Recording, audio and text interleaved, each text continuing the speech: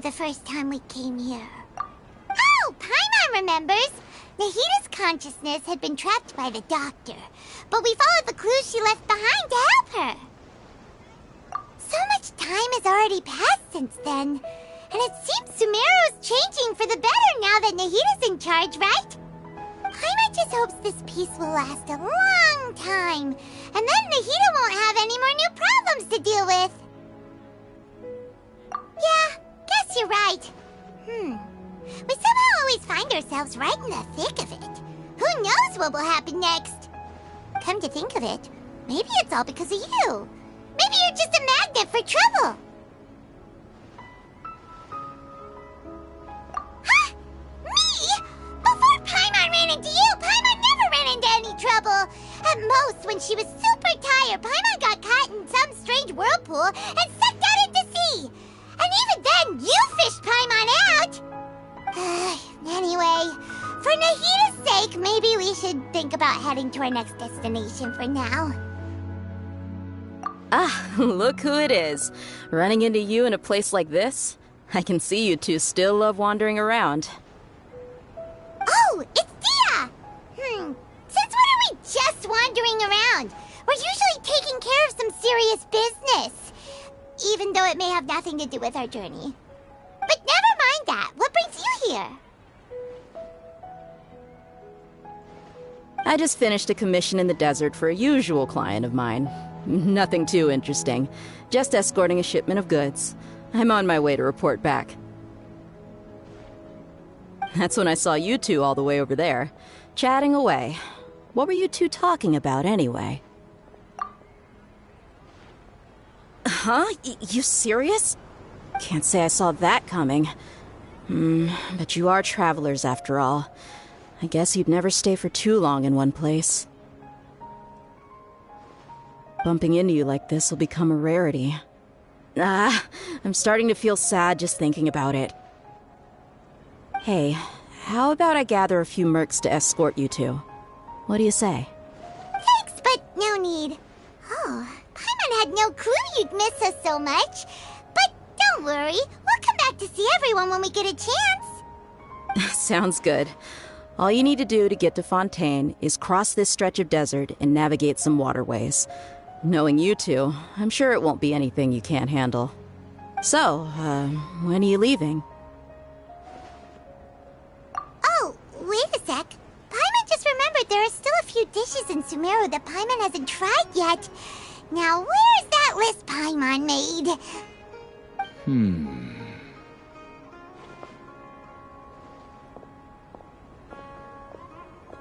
I see. Guess you won't be needing a going-away party or anything. It's sad enough to see you go like this. Though, now that I think about it, Sumeru wouldn't be what it is today without you. Seems true heroes always prefer leaving quietly.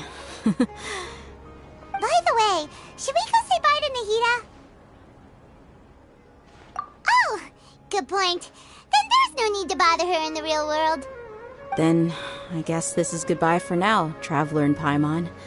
Whether as a client or a friend, you're always welcome to come find me. Goodbye, Dia. Bye-bye, Sumeru.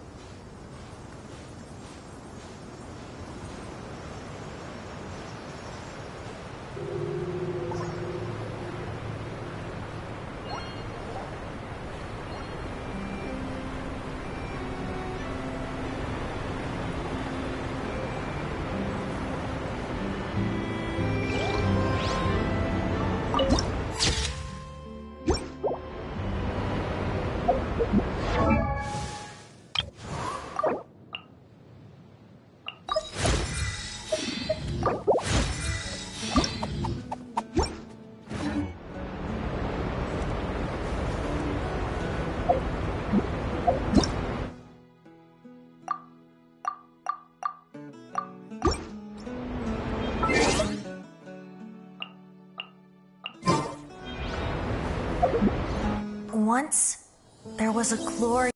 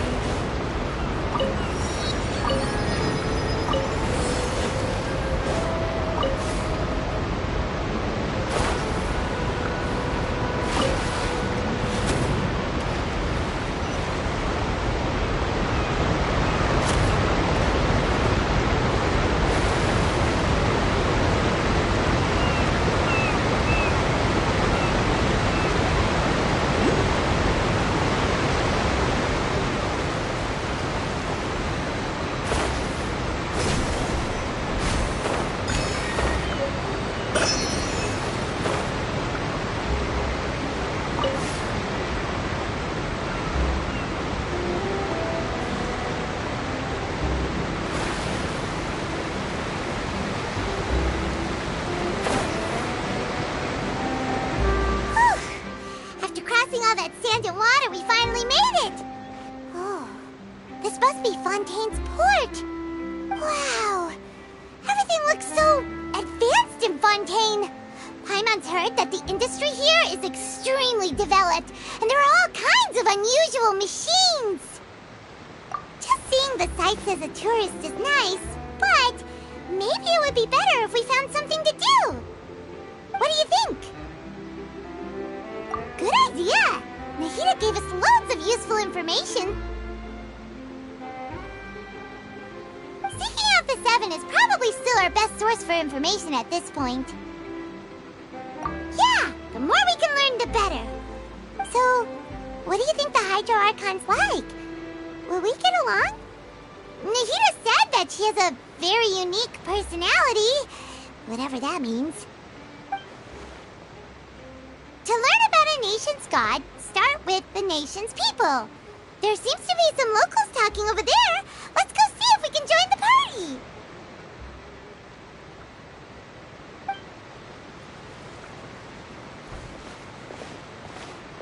If you ask me, it's a tragedy how things ended for him. Clearly, he was a pretty decent person. Yeah, I didn't expect that kind of ending for him. I thought he would at least fight on a little longer for his family. I was expecting a sudden plot twist, but it's a pity that it never happened. Still, his story is quite the tearjerker.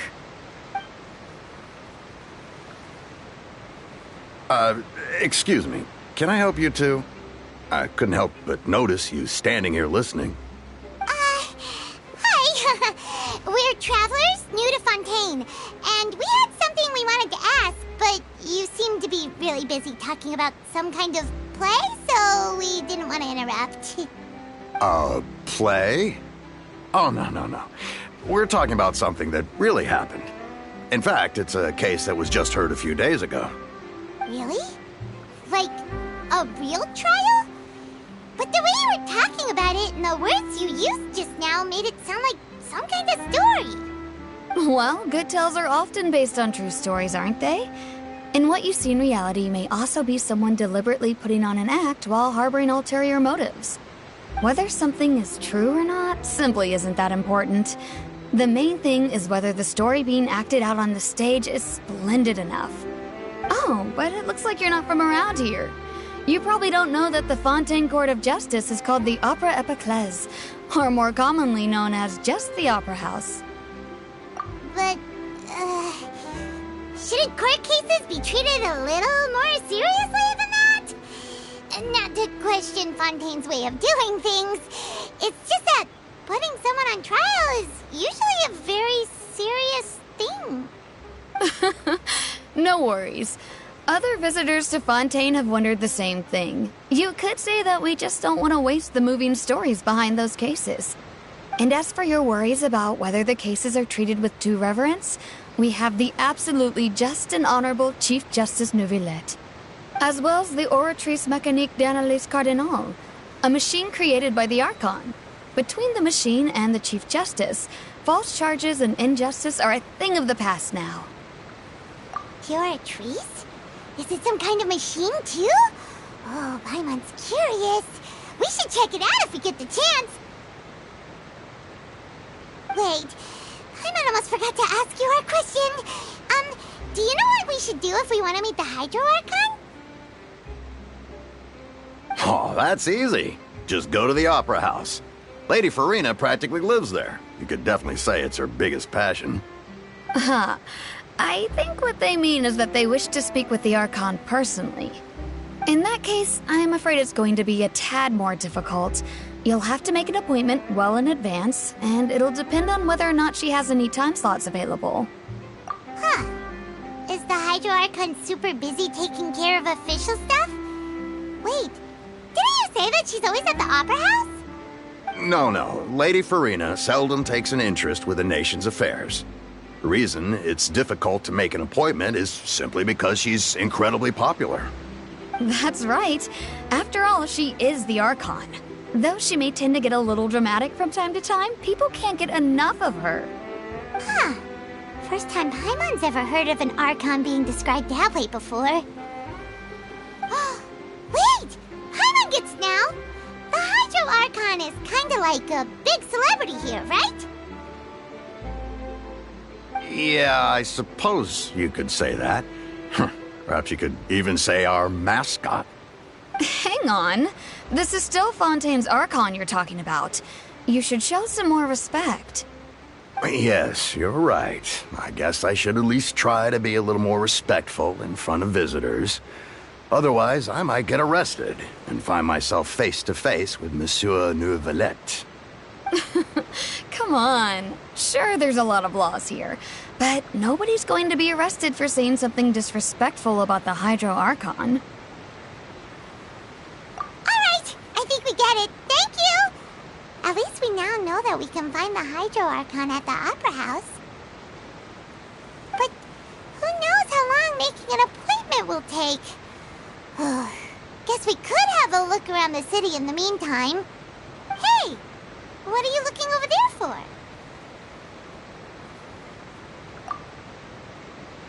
Huh. Maybe something's the matter. She isn't going to jump into the water, is she? Maybe we better go check on her.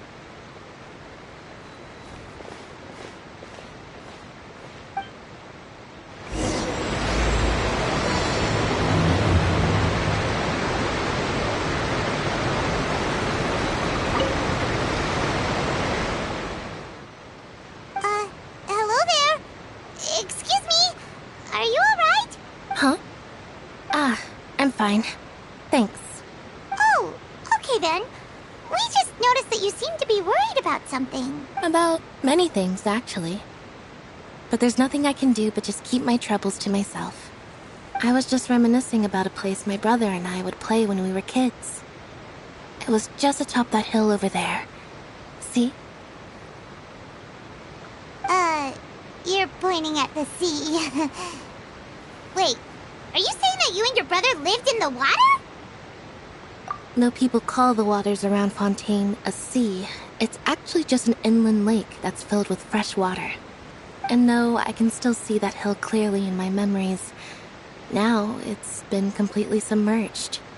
He would skip and jump, tossing sand in the wind. The sun shone brightly, and the air was filled with the scent of the sea. But now, the water is gradually swallowing our memories. It won't be long before it swallows us. Sorry. Paimon doesn't really get what you mean. I don't believe we've had the pleasure of meeting. Are you Lynette's new friends? Oh, and you are? Thanks for looking after my sister. She often comes here to reminisce about our childhood, that's all. There's no need for any concern. Allow me to introduce myself. I'm Linny, and this is my sister Lynette. If I had to guess, I'd say you must be travelers from abroad. Nice to meet you. Paimon is Paimon, and this is the Traveler. We just arrived in Fontaine. We were just talking with your sister. Even though we didn't really get what she was saying. I see. It's unusual for Lynette to be so willing to talk with anyone. In fact, she seldom speaks at all. I'm usually the only one she ever talks to. Oh, really? Then you two are just like us. Paimon's always the one talking for some reason.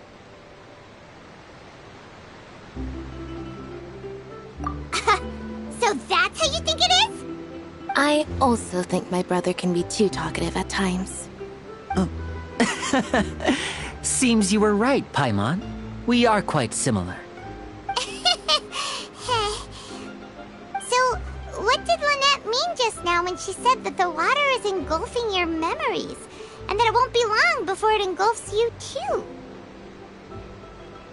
Oh, that. It's from a prophecy that's been circulating in Fontaine for some time now. Well, I suppose prophecy isn't exactly the right word, because that implies a certain amount of uncertainty. There's no doubt about what's happening in Fontaine now. Where to begin?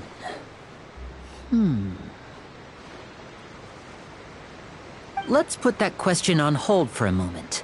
We still haven't formally greeted each other yet, have we? Did all the introductions earlier not count? Hello, traveler.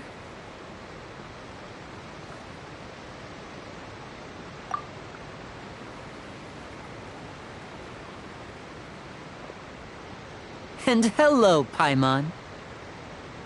Hey! Why didn't Paimon get a handshake? You're not poking fun at Paimon, are you? Please, don't take offense. Just consider it a sort of etiquette we have here in Fontaine when making new friends. You should remember it. It might prove useful. Oh, all right then. Well, Paimon's just happy to have a local friend now. By the way, we were just getting ready to go to the Opera House to meet the Hydro Archon. Would you be able to show us the way? So you're going to see Lady Farina? No problem at all. In fact, I was planning to go to the Opera House later myself. I'll gladly take you once I finish things here. Please, follow me.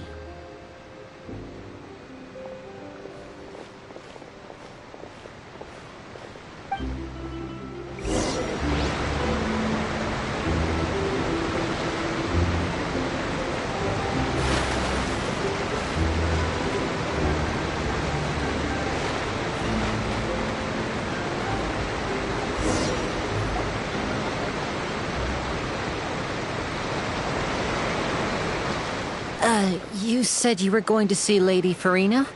Well, it seems Lady Farina has come to see you.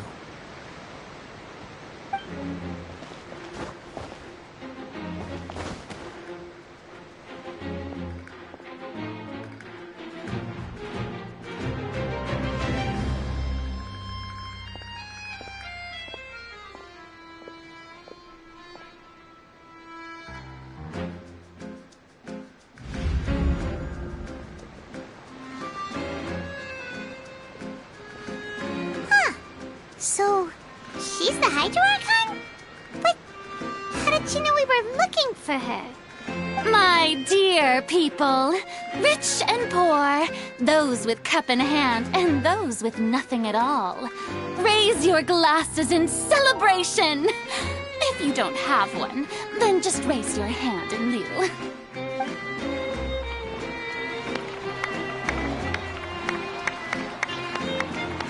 As you can all see, two unfamiliar travelers have arrived in our nation. Come, let us make a toast in honor of this traveler and his companion who have journeyed here from distant lands.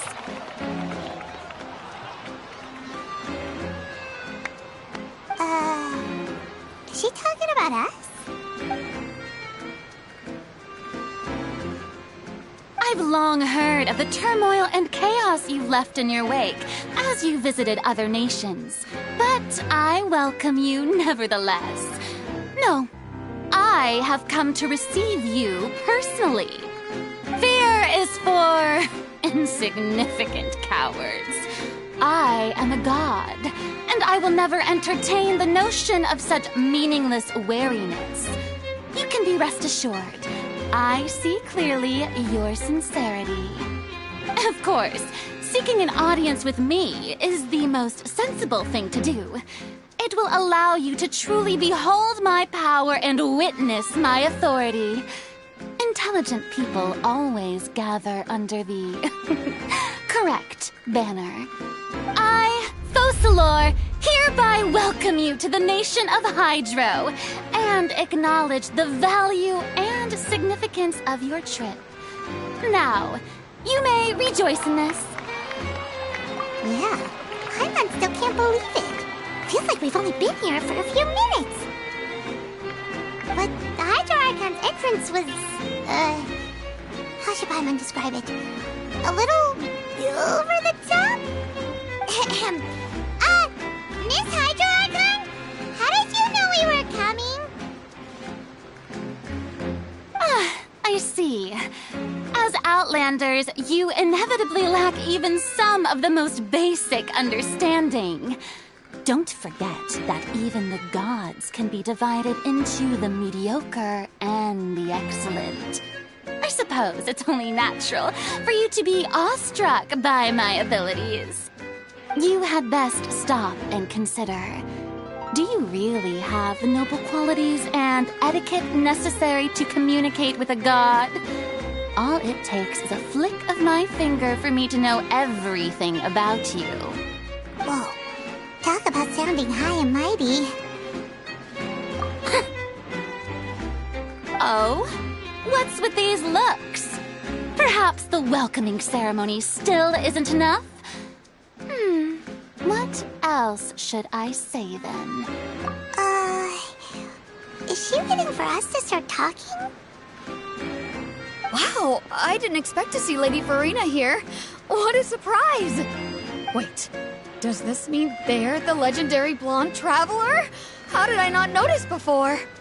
Hey, what's all the commotion? Oh, is that Lady Farina? Is there some kind of drama going on? Of course. That's the blonde traveler. The one all those stories are about. Lady Farina came here to personally see him. Oh, I bet this is going to be the duel of the century.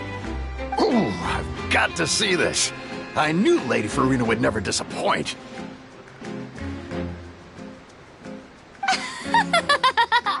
Yes, but don't get too excited now. My dear believers and spectators alike tend to get quite rowdy, and despite the noise, I've come to tolerate all their ruckus. You may consider this my reward to all of you. I have determined that there will be an epic duel between myself and this traveler from another land, just as you were hoping to see. Now she wants to fight? Aren't we getting a little ahead of ourselves?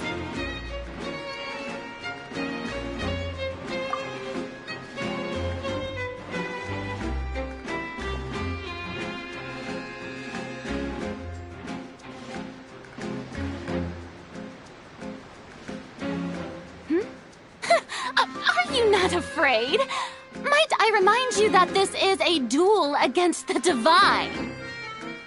What are you trying to do, traveler? Provoking a god in front of her people? Stand down, Clorend. I admire his bravery. Few have the courage to draw their sword against a god. He is obviously a true warrior. Unfortunately, people nowadays only crave to be thrilled, and a mere duel will not slake their thirst for excitement. Oh, yeah, she's right. Just a duel wouldn't be all that interesting. On Araneus, criminals are always requesting duels to defend their honor. I'm getting a bit old, to tell the truth. You see. Then, as the god of justice, I shall face this traveler in another kind of duel. A duel in court! Whoa, all right! Now that'll be worth seeing! Right. This is Fontaine, after all. Such a grand opera house, it would be a pity not to use it. Why do you care so much about the crowd's reactions? Seems you've spent a little too much time in the opera house. Besides, how exactly do you plan to have a duel in court? You mean you're going to put us on trial? Oh, we have reason to put you on trial. It's obvious, isn't it? According to Fontaine law, no one is permitted to release any flying objects within Fontaine city limits during the first 3 days of each month. You are clearly guilty of violating this law, no? Oh, so that's what they've done wrong. That's our Lady Farina. No one knows the laws of Fontaine like she does. You call that obvious? What kind of law is that? Wait, flying object? You mean Paimon? Precisely! Now, if you two have no objections, then in the name of the Hydro Archon, I order your arrest. My apologies, Lady Farina. I don't mean to spoil the fun. But if you would allow me to interject, I don't think that Paimon here meets the definition of a flying object. You tell her, Linny! Finally someone who's not crazy. How could anyone call Paimon a flying object? Ah, great magician Linny, my beloved citizen. I'll permit you to object. But how exactly do you plan to prove your claim? As a magician who just rained on your parade, I naturally should shoulder the responsibility of saving the show. So, with such an audience gathered here, allow me to perform a trick for everyone.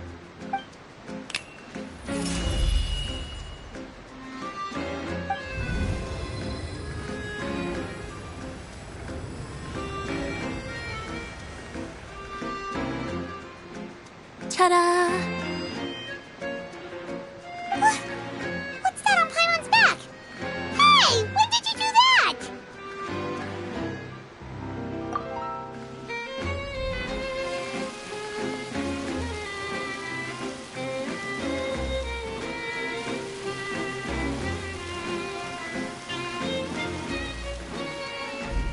There.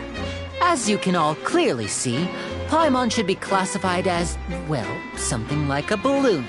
This rope has been in the Traveler's hand all along. It was just that no one could see it before. Huh? You call that magic? You've got to be joking. I thought it was pretty good. Nice one. Huh. I'm not sure what to think. It seems Lady Farina's charges no longer hold water.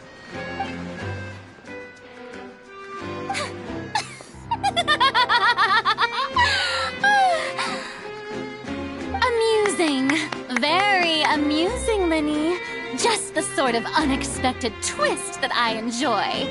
With you here, today's performance can finally be called complete. Performance? You see all this as a performance? In which case, consider the matter of your trial resolved. The god of justice will not bring charges against an innocent person. But when there are valid grounds, I will not only judge travelers from abroad, but even the gods of other lands. I look forward to seeing your upcoming performance at the Opera House, Mr. Linny and Miss Lynette. That's enough for now. Toodaloo!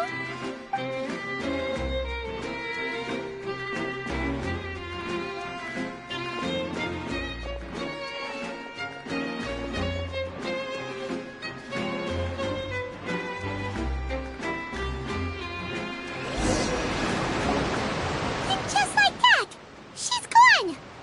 Well, that's the most unpredictable Archon Paimon's ever seen. He never even had a chance to ask her anything. But that's a problem for future Paimon. That whole scene just now was really... Don't mention it. I just happened to remember that there was such a law, so I did a little preparation, just in case. I didn't think it would actually come in handy. So, now do you see what kind of god Lady Farina is? She can be a bit confusing at times, but she is still amenable to reason. Anyway, Paimon had no idea you were a magician, Linny. It sounded like you'll be performing at the Opera House, right? I just know a few simple tricks I use to make a living. Lynette is my assistant. It will actually be my first time performing on the most prestigious stage in Fontaine, the Opera House. But isn't the Opera House where criminal trials are held in Fontaine? When there are no public trials being held, the Opera House hosts a variety of other performances. To the people of Fontaine, the line between a trial and a performance can be a little blurred.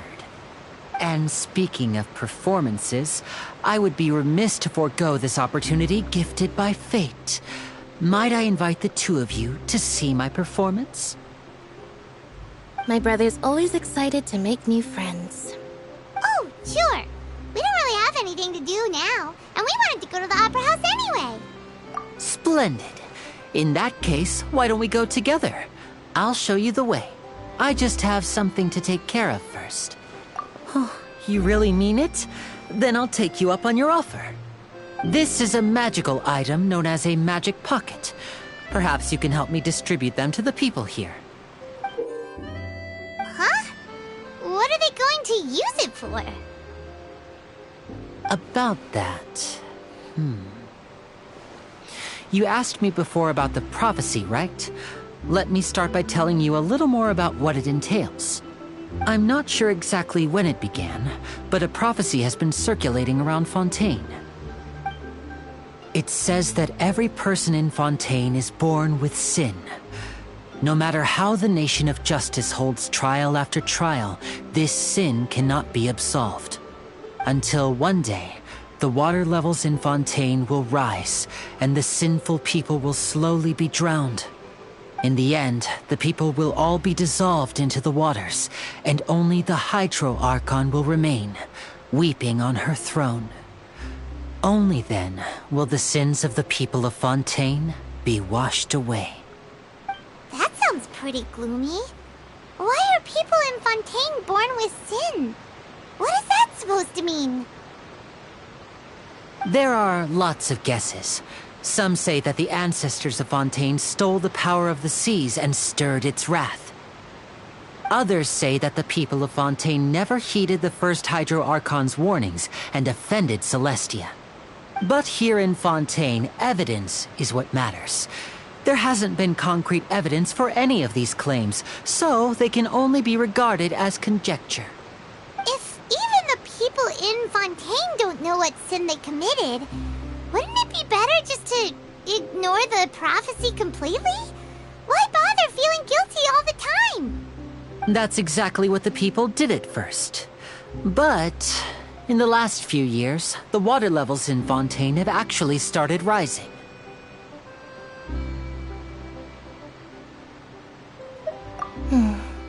Many places have already been completely submerged, and now lie beneath the sea. Many people carry on with their lives as before and shrug it off as a natural phenomenon. But my family and I think that the people of Fontaine shouldn't ignore the possibility, which would end up sentencing them to death. We hope that at least the people who reside near the waterfront can move away before it's too late. So, we've started distributing magic pockets to them.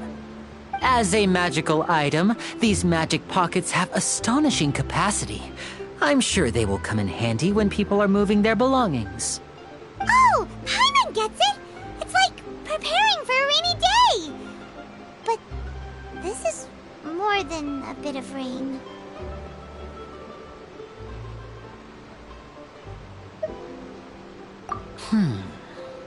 Perhaps only absolute power could ever contend with such a catastrophe. But who knows? We're just tiny specks in the grand scheme of things. Now, if you'd like to help, then please give these magic pockets to anyone nearby. Be sure to convince them to take it, regardless of what they say.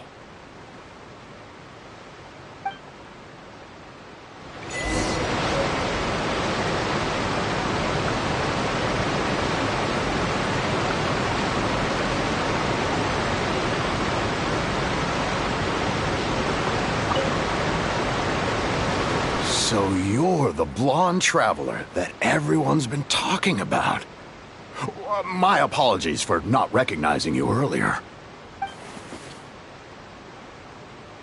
Oh, a magic pocket? Seems you really thought of everything.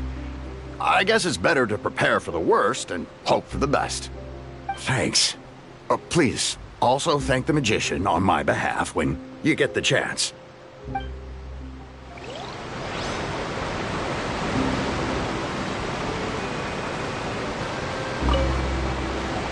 What's this? So you also believe in the prophecy. Keep it. I won't have any use for it. What? You mean you don't believe in the prophecy? No, I believe in the prophecy. But I also believe in another story. The story says that people once lived in the ocean. They were one with the ocean and couldn't live apart from it. But as time wore on, people desired to live on land and developed blood vessels, encapsulating the sea within their bodies. Thus could people set foot on land. So, if you ask me, when the water rises and takes us all, it'll be like we're going home. Oh, we hadn't heard that one before. But people can't live underwater. They'll die. You should probably still take it. All right, I'll take it. I guess I just feel that being dissolved into the water doesn't necessarily mean death.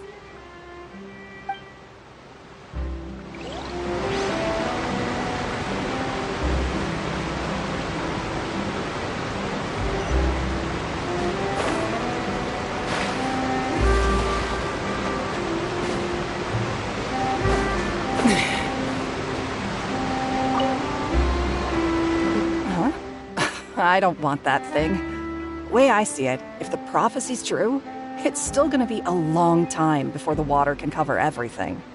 Life is all about living in the moment. What use is there in worrying about the future all the time? We'll cross that bridge when we get to it. You should still take it. You never know when it'll come in handy. Oh, all right, fine. Thanks. It's just that if I start moving, that means I've already given up on the life I have now. I'd really rather not.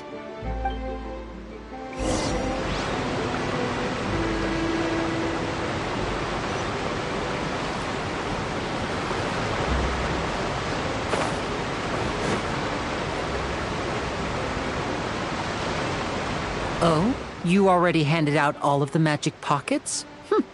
That was fast. So, what did people have to say? I bet you heard some, interesting opinions. Yes, but that will change once disaster strikes. I know they'll change their minds, so it's only right to help them prepare. Is there anything else you need to do before we leave? Yes, one last thing. I have the magic pockets made by a workshop in the court of Fontaine. Since we're out and about, I was thinking about bringing him some more materials. So, you want to collect materials? Just tell us what the materials look like and we'll help. Many hands make light work. Oh, that would be much appreciated. We'll need some Romaritime flowers. I remember seeing them near the waterfront on the east side of the harbor.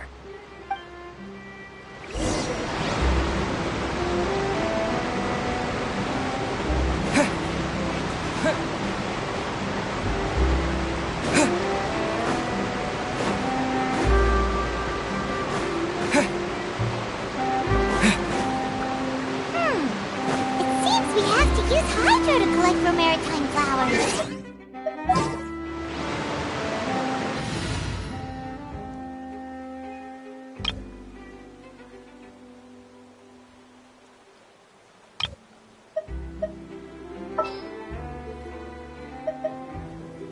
May knowledge guide you.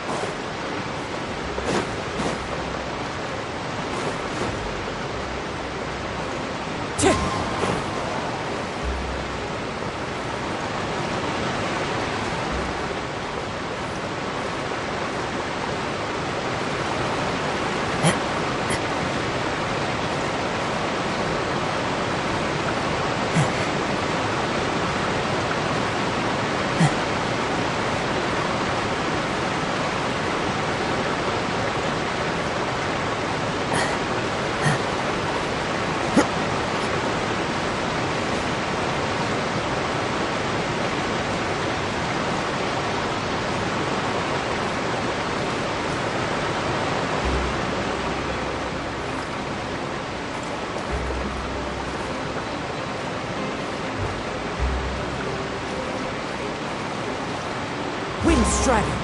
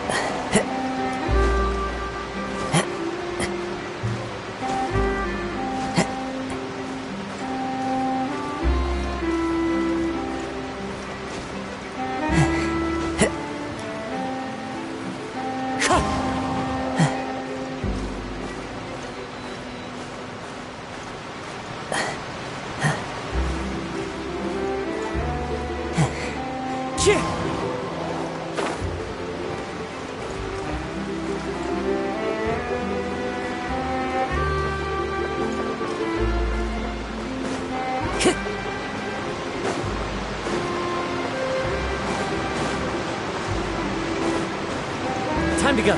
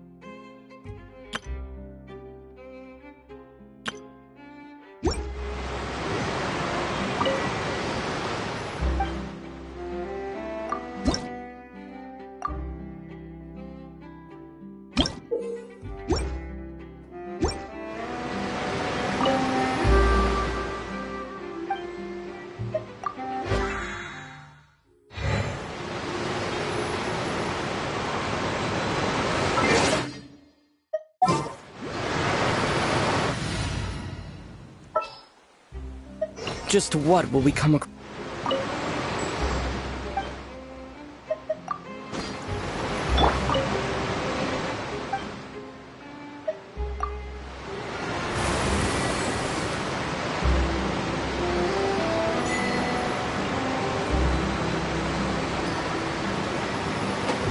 Water jet!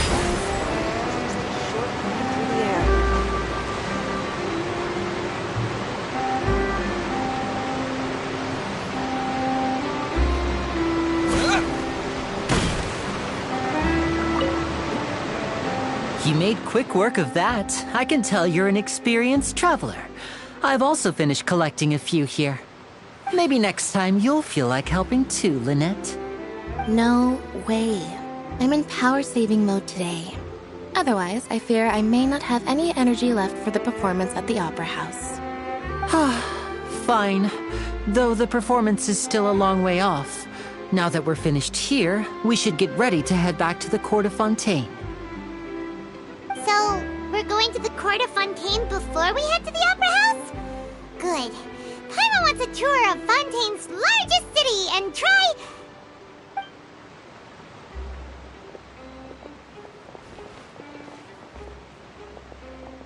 Wait, shh. Have you noticed that person over there? The young girl. Huh? What's wrong with her? Paimon didn't notice anything. She's obviously a thief. Magicians and thieves practice similar methods. We divert attention, and a distracted audience is one that won't discover what you're really doing. Watch her movements carefully.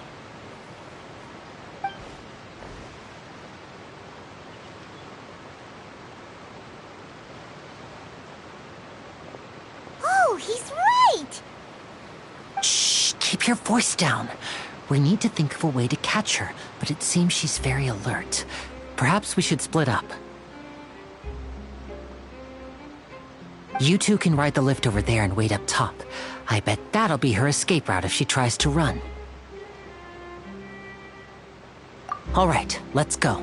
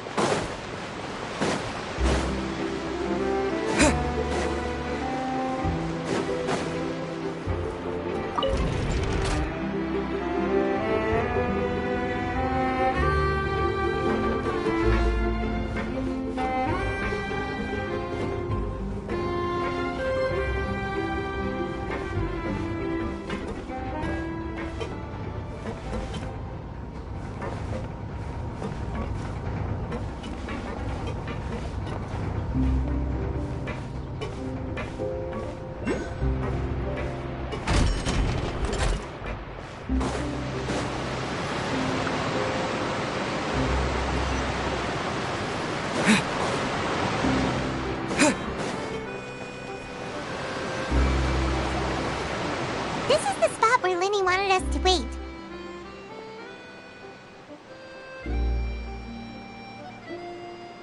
Oh, look! Isn't that her?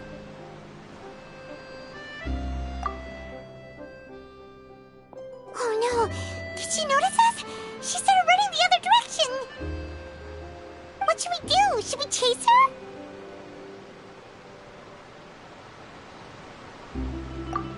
You're right. She might also be trying to lure us away.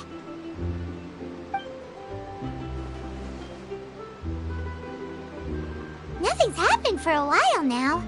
Paimon wonders if Linny caught the thief. Yeah, let's go.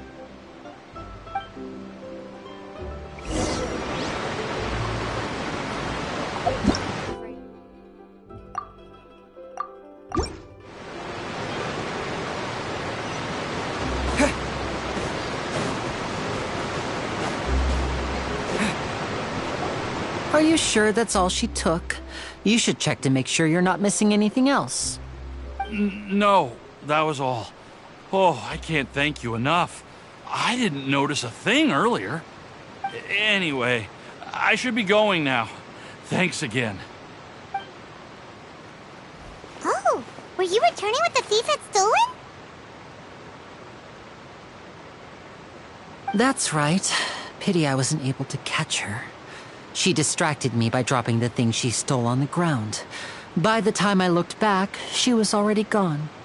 I saw the general direction she went, but Linny twisted his ankle, and I needed to make sure he was okay. Oh, did you get hurt, Linny? I'll be all right. It's just a twisted ankle, that's all. In fact, it's feeling better already. If you want to play at being a hero, at least try not to get hurt doing it. Imagine what would happen if you managed to derail our performance as a result. You're right, you're right. Sorry, Lynette. I have to admit that the thief was even more skilled than I had anticipated. But at least we were able to get the stolen items back, so it wasn't a complete failure. What a slippery little thief! all right in the end, though. Livy's initiative paid off! All right, let's put this little detour behind us. We should go to the Court of Fontaine now.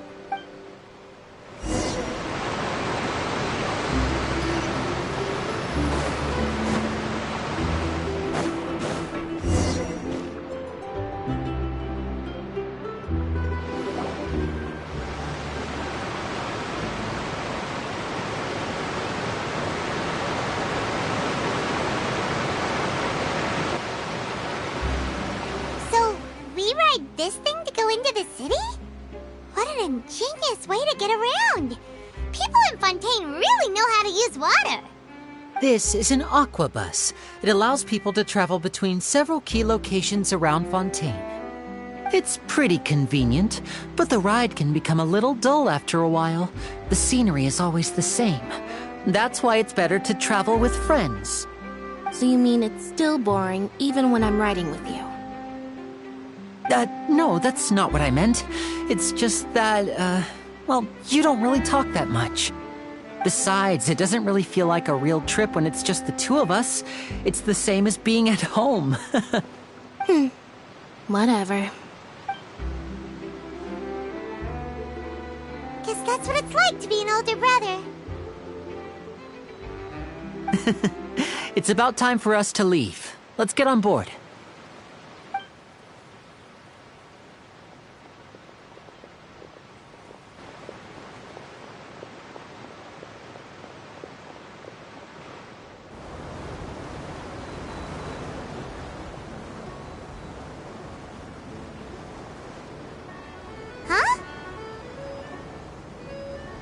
What? Traveler! Paimon! Charlotte! Oh, I never guessed I'd bump into you all riding the aquabus. In the story of my life, this is big news. What are you doing in Fontaine? I didn't hear anything about you paying us a visit. Yeah, it's quite the coincidence. But as travelers, we're always on the move. It's not surprising that nobody knew we were coming. Though we still have no idea how the Hydro Archon knew about us. Oh, let Paimon introduce you to our new friends! Oh, no need for introductions, Paimon. I would recognize the great magician Linny and his assistant Lynette anywhere. I wouldn't be much of a reporter if I didn't know who they were. It's a pleasure to meet you. I'm Charlotte, a reporter for the Steambird. Nice to meet you. From the Steambird, huh? We've often relied on your paper to promote our performances. It's an honor to meet you. Now that everyone knows each other, Fontaine suddenly doesn't feel like such an unfamiliar place. So, what have you been up to lately, Charlotte? Any big news? Not too much. When there isn't any breaking news, I mainly cover the trials at the Opera House. You can still manage to keep readers' attention as long as you tell things from a clever enough angle, even if it's the same old topics.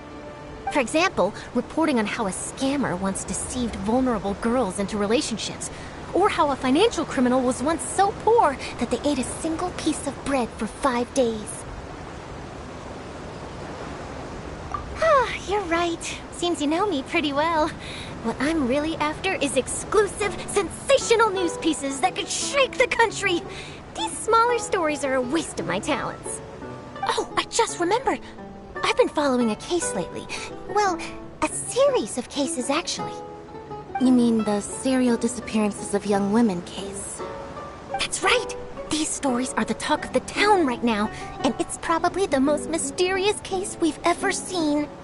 If I'm the first with a draft ready to publish when the case is finally cracked, and it's the headline story in the Steambird, oh, when that happens, I bet all the other reporters will shed tears of envy.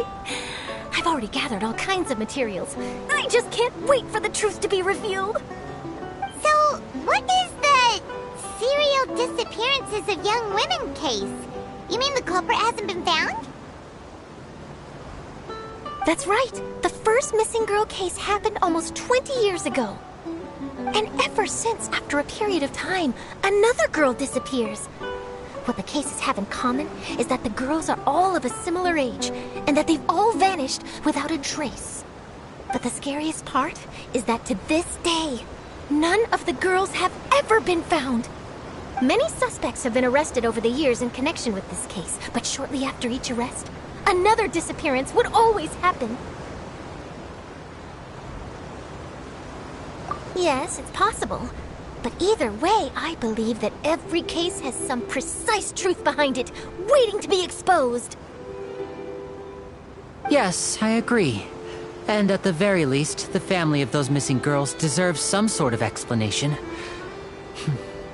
I just imagined for a second what I would do if Lynette were to suddenly disappear.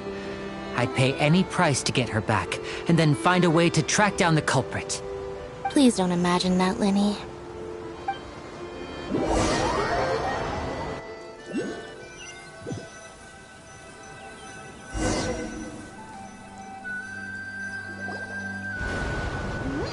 Hey, we're almost there! Look!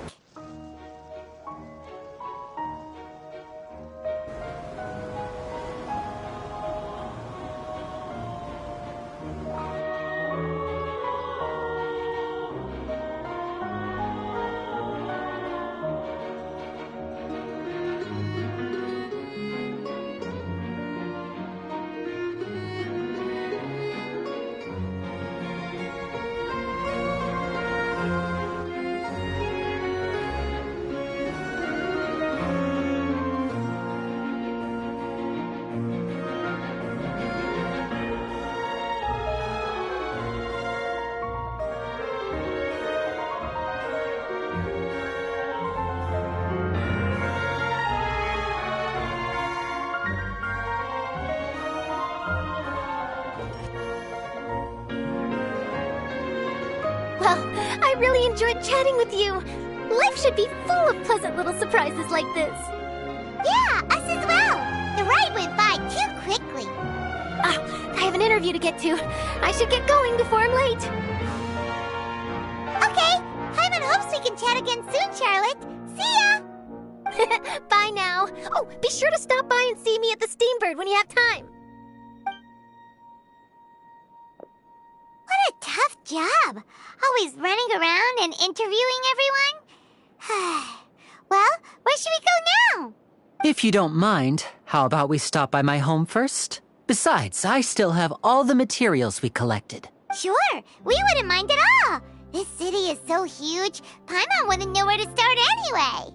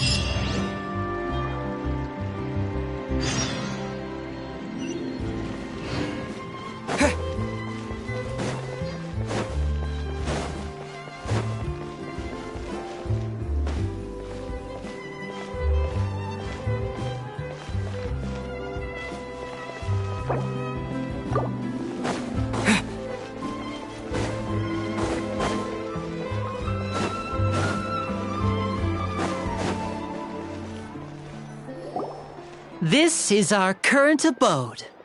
Ah, Fremine, you're home. Where did everyone else go? I have some new friends that I would like to introduce. Oh, they all just went out a moment ago. I see. Everyone is getting busier now that Father will be returning soon. I suppose that can't be helped. Allow me to introduce you to my little brother, Fremine. He is a phenomenal diver. Hello. Nice to meet you. Paimon is Paimon, and this is the Traveler. Oh, you sound very proud to have a diver as a brother, Linny.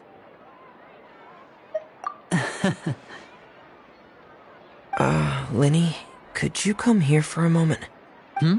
What is it, Fremine? Do you have something to tell me?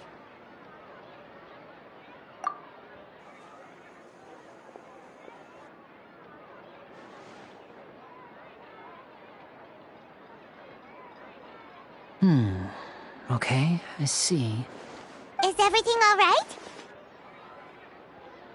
Oh, it's nothing. We were just discussing a little housework. Sorry for the interruption. Oh, before I forget, the Traveler and I collected more materials to make magic pockets. Were you able to get any, Fremine? Yes, I went diving and gathered lots of materials. I was about to give them to you. That's our Fremine, always quick with the underwater work. All right, I'll take these to the workshop.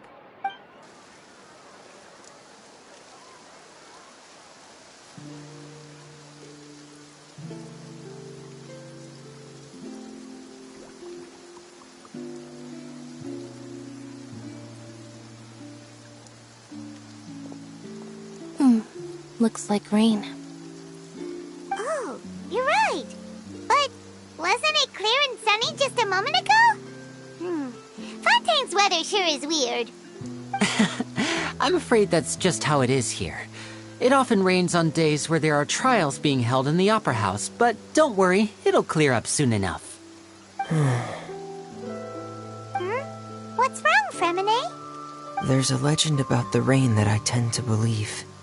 It's said that a dragon of water once resided in Fontaine. Though we don't know where the dragon went, every time it weeps, the skies will cloud up and pour out rain. When I was a child, my mother told me that if I wanted to go outside and play, I should yell toward the sky at the top of my lungs. Hydro Dragon! Hydro Dragon! Don't cry! If it's an elemental dragon, then having the power to make it rain wouldn't be very unusual. Let Paimon try something. Hydro Dragon, don't cry!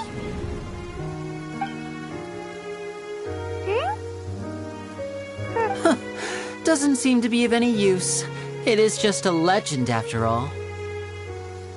You know, you might be a more popular magician if you understood the concept of romanticism. Or could at least play along. Sorry. It might be because we've never met the Hydro Dragon. Perhaps it can't be comforted by the words of strangers.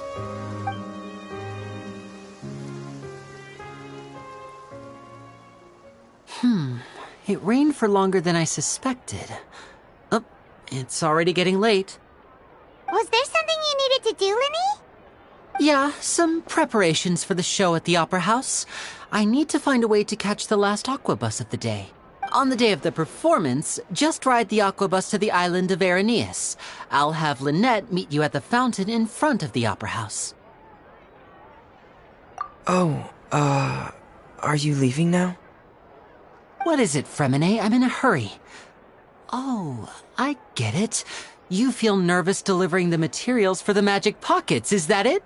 Perhaps we could trouble the Traveler to help us take these materials to the Beaumont workshop and deliver them to the owner there? I'm afraid that Fremine can be quite introverted, and the boss there tends to be pretty talkative. Fremine has always been a little afraid of her. No trouble at all! Don't worry, we're on the case! Sorry for the inconvenience. I'm quite useless when it comes to such tasks. I'll think of a way to make it up to you. Oh, no need! This'll be a walk in the park for us!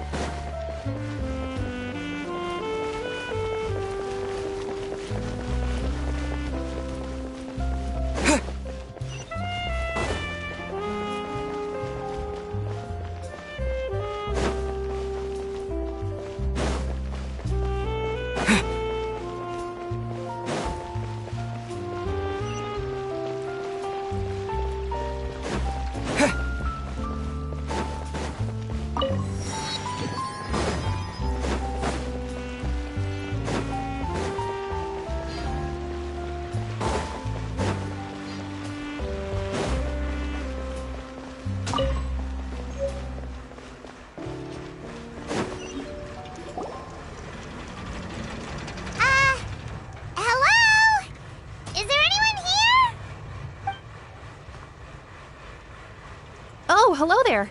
New customers? Looking to buy, or do you need something made? Or perhaps you're just looking for a chat with me. Oh no, we're just here to deliver some materials. Here they are. They're for making... what were they called again? Ah, these must be for magic pockets. I could tell right away. I've already made several orders worth now. No need. They've already prepaid several batches worth. When they told me what they'd be using them for, I even offered them a discount. But they insisted on paying the full amount, saying that I had a business to run. It seems both their hearts and their pockets are made of gold. Wow. So, is Linny actually loaded? I can't say for sure, but who knows? Maybe there's good money to be made being a magician in Fontaine. Hey! Is this machine what you use to make stuff here? It looks really advanced. Why use your hands when a machine can do the work? It would be a waste not to use the latest technology, and wasting is a kind of crime. But where does a big machine like that get its power from? Well, it's a little complicated. I'm not sure I can put it in layman's terms for you. But basically, everything we usually use here in the city is powered by indemnitium. It's a type of energy that's produced from trials. Huh? How can trials produce energy? Well, I'm not completely sure of all the details myself, but basically, when a trial is in session, the Oratrice Mécanique d'Analyse Cardinale harvests people's belief in justice and converts it into energy to be used all around Fontaine. So that's what its other function is? Paimon heard that the Oratrice was created by the Archon to make judgments. But Paimon still doesn't get it. How could something unreliable like people's beliefs be turned into a stable power source for these machines? Oh, yeah! So that means the Hydro Archon relies on the machine to take the energy created by belief and turn it into power for all of Fontaine, right? Even though I've never heard anyone really put it that way before, it sounds like it makes sense. Besides indemnitium, we have another type of energy called pneumosia. It isn't produced by the power of the Archon, but it is unstable by nature. Even now, it still cannot be widely used by civilians. I thought I'd find you hard at work, but here you are chatting the day away. Since you're already talking, I'm sure you wouldn't mind a few words with me. You again? Didn't I already promise you that I'd have the more I owe to Confrérie of Cabriere by next month? Why are you hounding me now?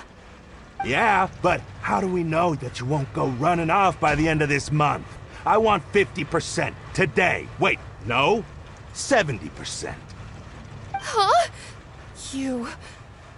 Seems business isn't so great for the workshop. We've already finished our job and delivered the materials. Maybe now's a good time to leave?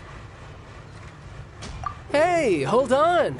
Before you go around trying to collect payments, why don't you settle your own debts first? If Confrérie of Cabriere wants to poach clients from Northland Bank, that's fine. But I'm afraid you still owe the bank a hefty sum of mora. So why don't we work things out between us first, before you get back to your little conversation here? You're from Northland Bank. But we said we'll pay everything we owe next month. Why are you hounding me now? Traveler, Paimon!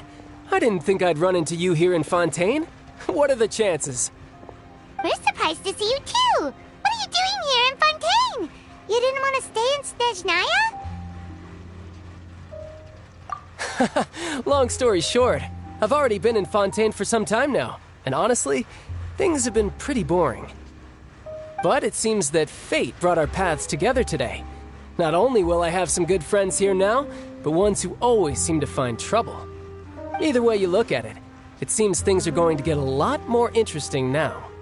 Pretty sure we'd want to avoid anything that you'd find interesting. Besides, our trip here has gone pretty well so far, right, Traveler? Hey, you, Northland Bank boy. Aren't you forgetting something? Don't interrupt.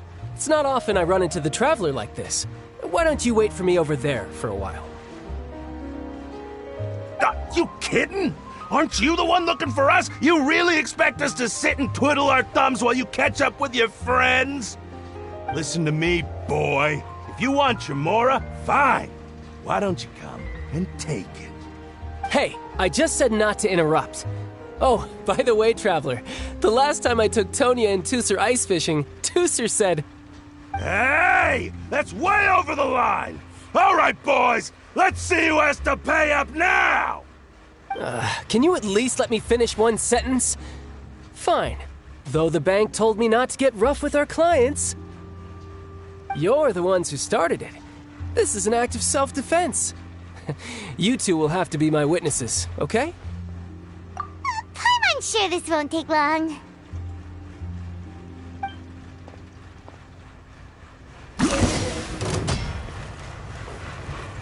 You can run, but you can't hide. Bring it on.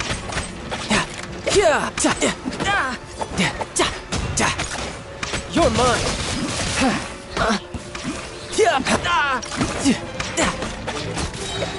Riptide. Tidal wave.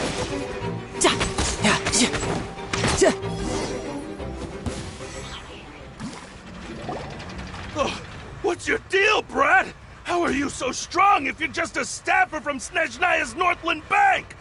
Wait, don't tell me you're... Oh, now you notice. It's a little late, don't you think? Just make sure you understand that you don't mess with Northland Bank. Got it?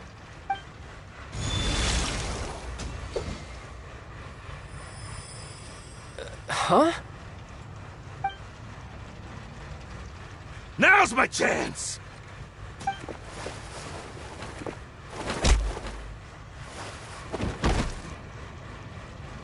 Huh.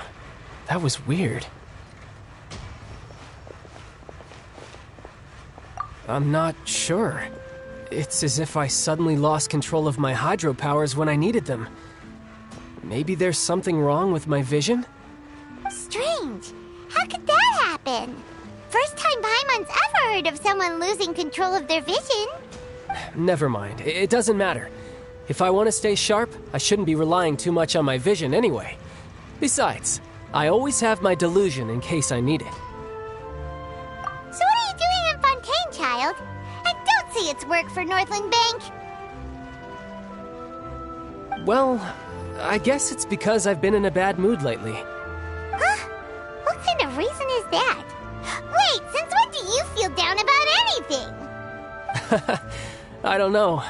Maybe I still have a lot to learn about myself. But recently, there seems to be some sort of restless power stirring inside of me. And I don't know why, but every now and then I feel like I'm in a terrible mood. Maybe you losing control of your vision just now is connected with that power you're feeling inside. That is a possibility. I can't remember if I ever mentioned it before, but when I was 14, I fell into some unknown abyss. It was during that time I learned nearly all of my abilities.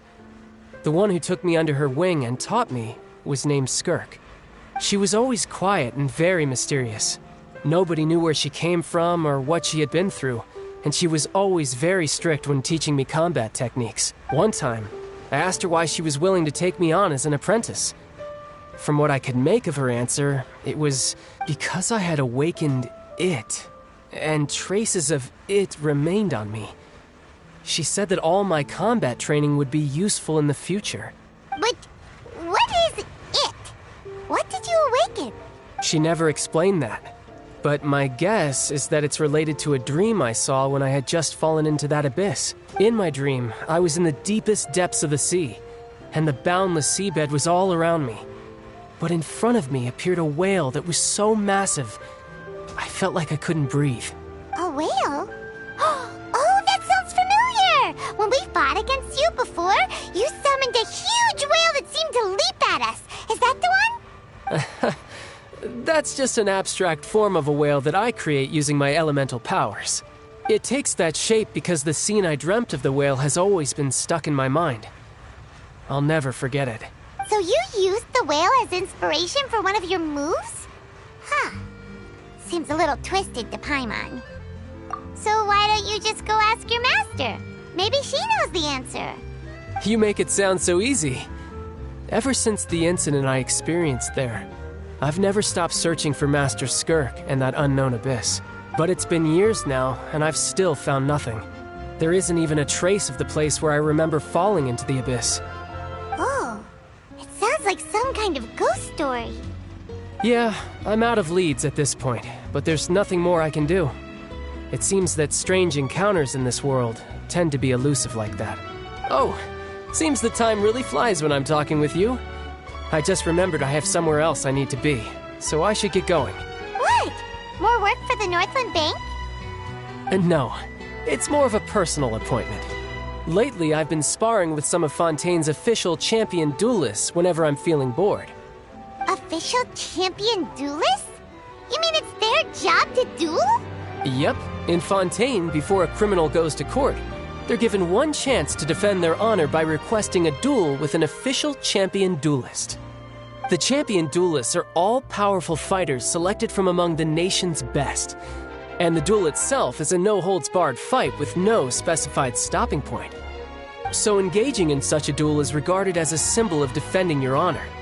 If a criminal manages to win the duel, they'll be acquitted, but if they lose, they'll have no choice but to stand trial. And the worst-case scenario is that you're simply killed in the duel.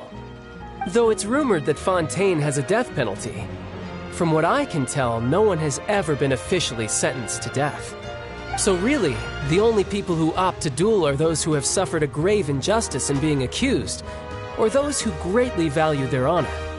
Otherwise, why gamble with your life? So, do many people actually get out of their trials by winning the duel? Apparently, it's exceedingly rare for anyone to actually win. Fontaine probably enacted this system as a way to show that the nation respects the honor of its citizens. Besides, none of the champion duelists are to be trifled with, which is exactly why I was itching to face them as soon as I got to Fontaine. Apparently, the one I'm meeting today, Clorinde, is the strongest of the champion duelists. I had been asking her for some time before she finally agreed to face me today. Well, that's child for ya. Paimon feels like we heard that name somewhere before. Clorinde. Huh. Oh, before I forget, I want you to have this. Huh? Your vision? You're seriously just giving it away? I'm just worried that it could become uncontrollable again. I'd be pretty upset if it got in the way of my duel, so I think I'll be better off without it for now. Besides, I just need you to hold on to it for a short while. I'll come retrieve it when I have some time later. Paimon knows what you're up to. You just want an excuse to come talk to us again, don't you? Whatever gave you that idea? I'll be in touch later. That sneaky guy. He said he's been feeling down lately, but he seemed the same as ever to Paimon. Well, since we don't have much to do for now, we might as well walk around and see the city before Lenny's performance.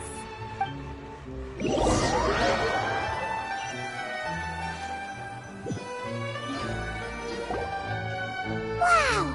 Who could have seen that coming? The reporter who was barely around for most of the story was the murderer all along! Sorry. Paimon was just surprised, that's all.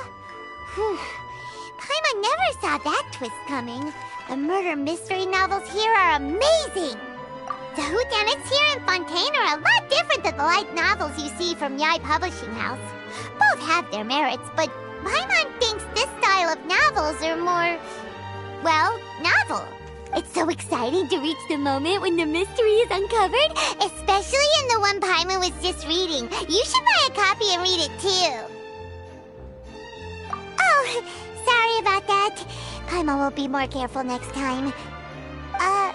Hey, shouldn't we be heading to the Opera House to see Lenny's performance soon? It's almost time for the show to start, so we should get going. Lenny said that the Opera House is on Araneas, so let's go ride the Aqua Bus!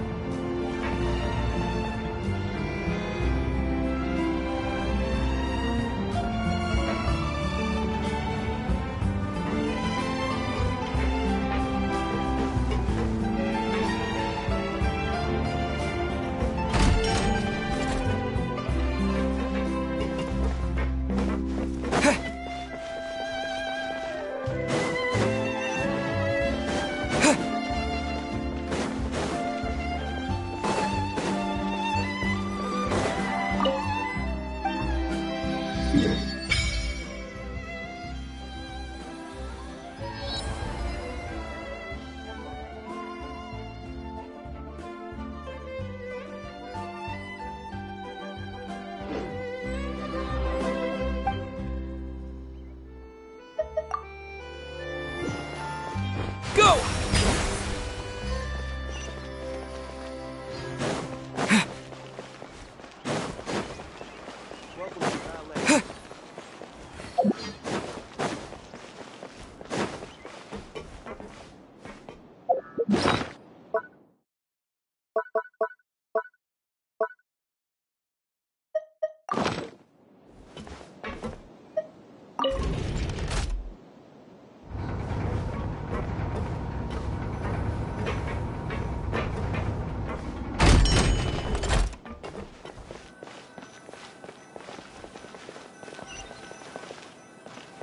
Welcome to the court of Fontaine. Please, watch your step.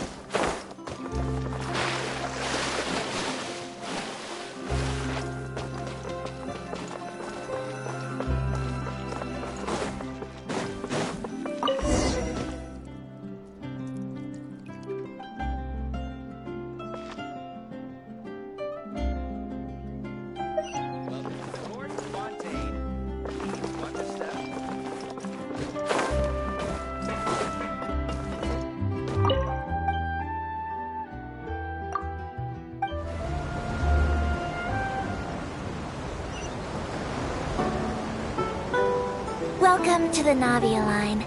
I am Elfan. The boat will be departing imminently. Please do not stick your head, hands, or other body parts outside the boat.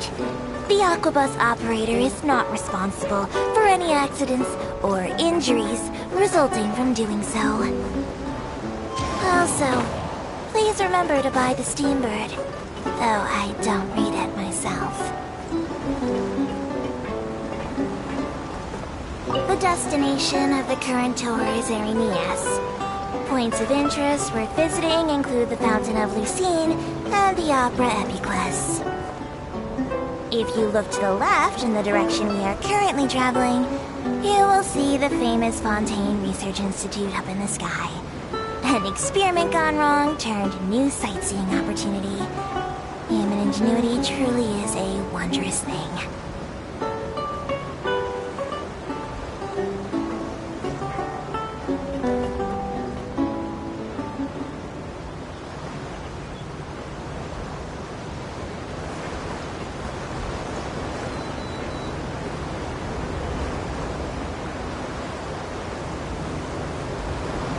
Approaching our final destination. Please be sure to bring all your personal belongings with you as you disembark. Even though I will take any forgotten items to the lost and found, the paperwork is rather annoying, as Melusine hands are not suitable for grasping pens. Please be careful when disembarking. It has been my honor to be your tour guide this trip. Thank you.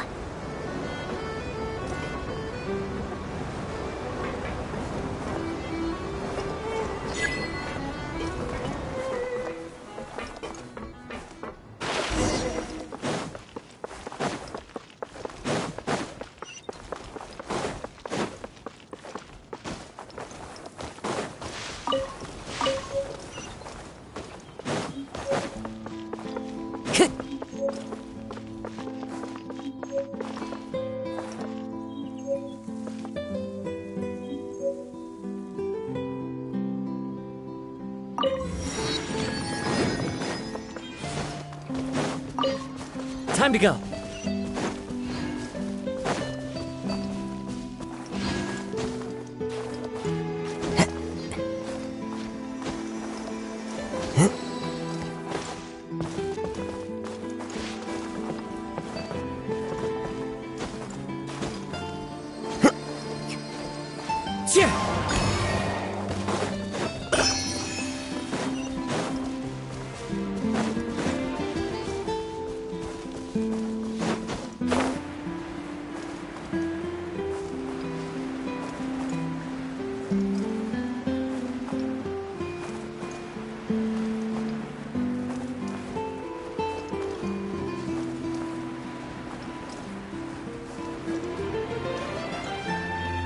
Water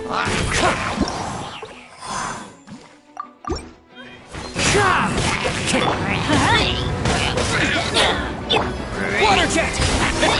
Wind strider! Burst forth! This world holds many a rare treasure.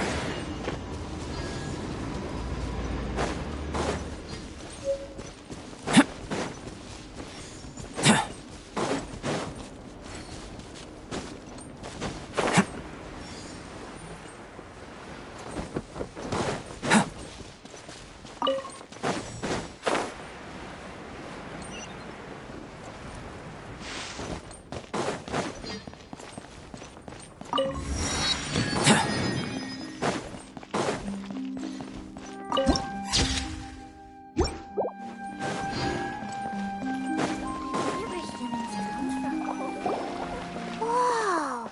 Now this is fancy! The Opera Epiclese. What a place to hold a performance!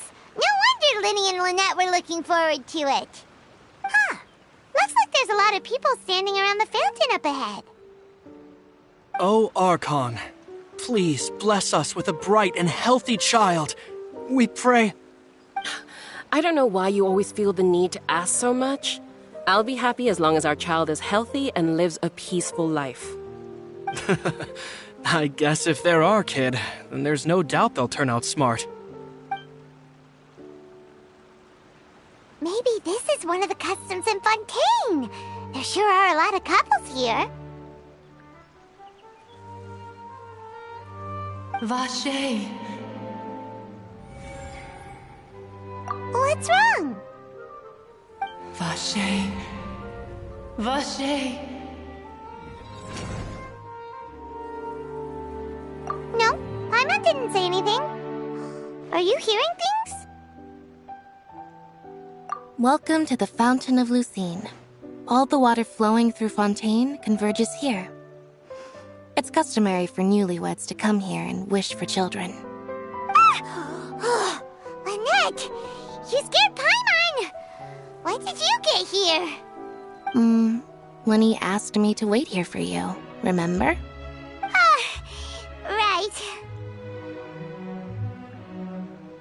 What do you mean? There are a lot of people here right now. Hey, you're not trying to scare Paimon, are you? Besides, it's the middle of the day. It's not the time for eerie things. I see.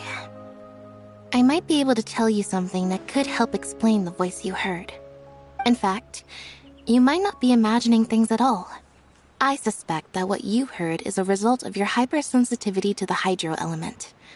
Others in my family have had similar experiences. It's because of his sensitivity to the hydro element? But what would hearing a voice have to do with elemental power? When do you cry, Paimon? Wait, what? What does that have to do with anything? Just answer me. When do you cry?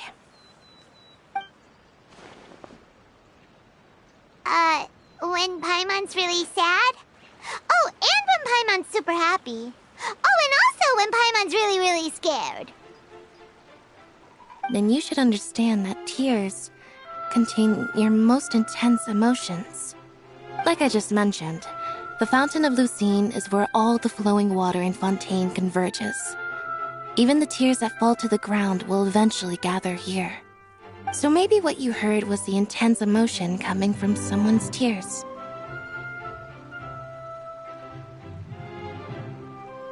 So, what did the voice say? Huh. If you were hearing their emotions, then Paimon wonders what happened to them. Rather than worrying about them, we should worry about my brother first.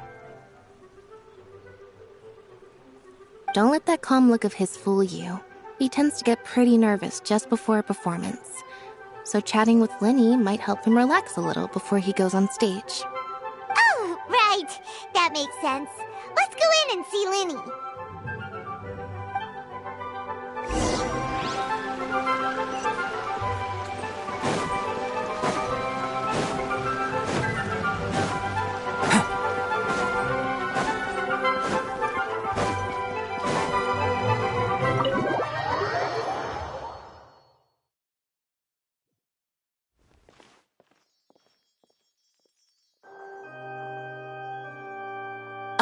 Traveler and Paimon. Good to see you. I knew you two would come. Are you kidding? We wouldn't miss it for the world! We've been looking forward to it! I can tell, judging by how early you've arrived. But you're actually right on time. The audience still hasn't started entering the venue yet, which means now is the perfect chance for us to take you to the best seats in the house. Wait just a moment, I'll fetch the tickets.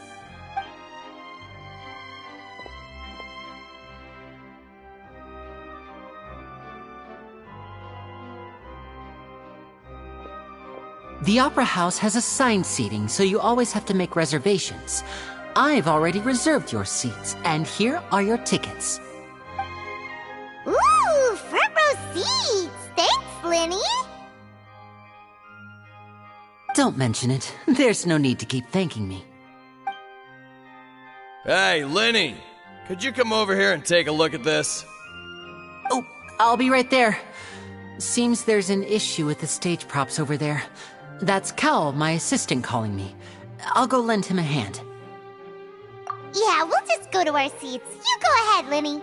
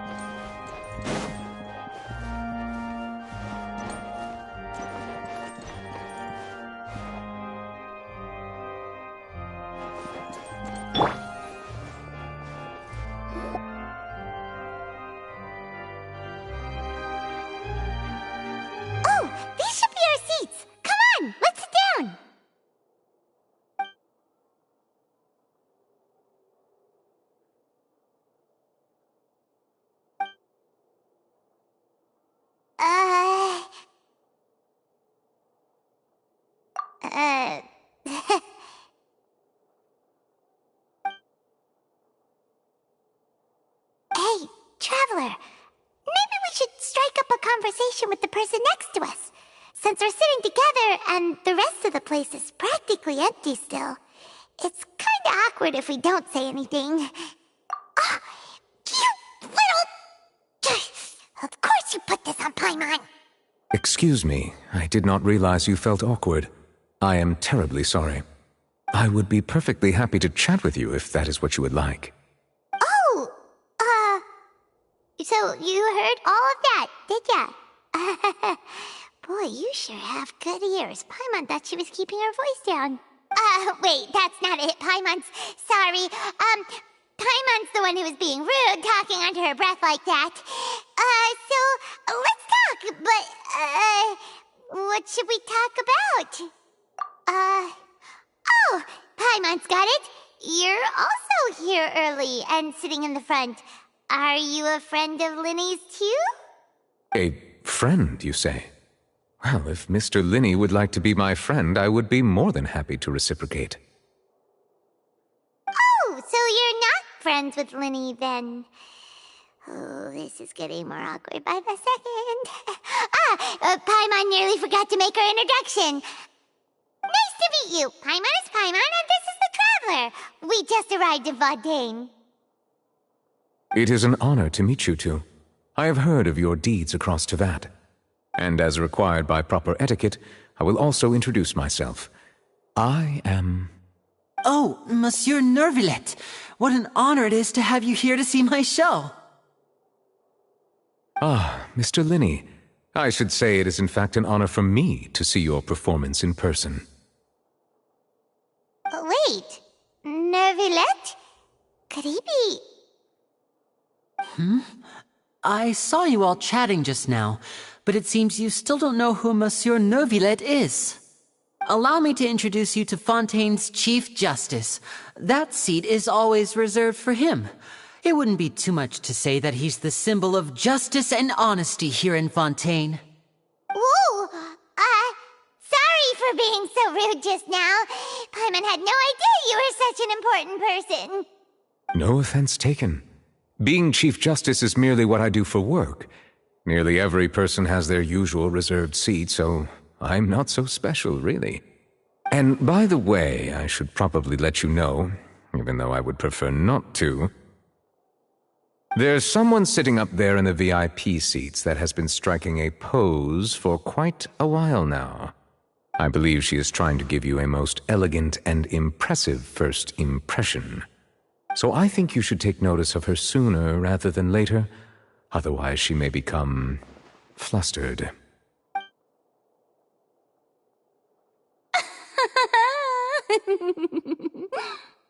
Huh? Oh, it's Farina, the Hydro Archon. Huh. She sure has a smug and satisfied look on her face. Guess she has no idea that you saw right through her act. Very good. That is for the best. No need to pay her any more attention. We may now enjoy the show. Huh? So is this what things are like between the Chief Justice and the Hydro Archon? All right, please wait just a moment longer. I've pretty much finished my preparations, and the performance will start as soon as the audience has made their way to their seats. Yay! The show's finally about to start! Paimon can hardly wait! Paimon's never seen a real live magic show before!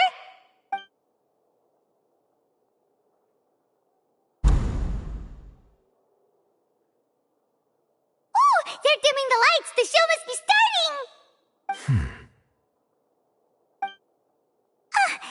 Sorry. Paimon will try to stay quiet. Welcome, one and all, to the Opera Epiclese. I am the star of today's show, Linny. And over here is my sister, Lynette, who will be working as my wonderful assistant. Please, let's give her a warm welcome.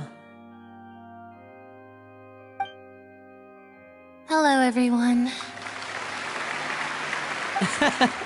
I know she may seem to be a little sleepy right now, but that's just a sign that she's nervous. Whatever. Now, some of you may be thinking, two vision holders who can freely manipulate elemental powers performing magic is not true magic at all. So, I would like to take a moment to assure you that elemental powers will have nothing to do with what you will witness on the stage today.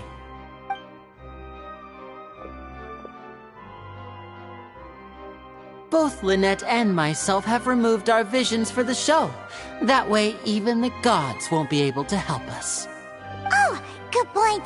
That's what makes the show real magic. Now, without further ado, let the show begin.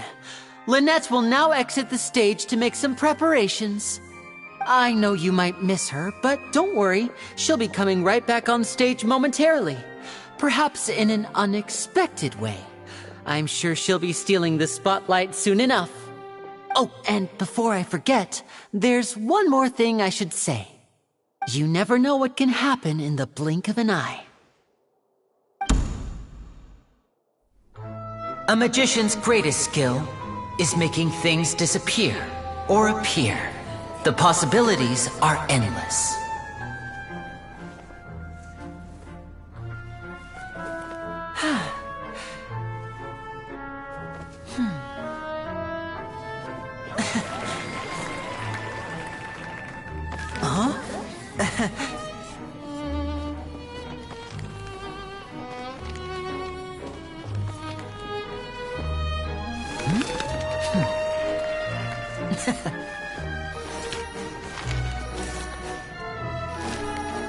But this isn't what you came for. These little tricks, you've seen them all before. So it's time for something truly extraordinary, don't you think? This one's a little tricky.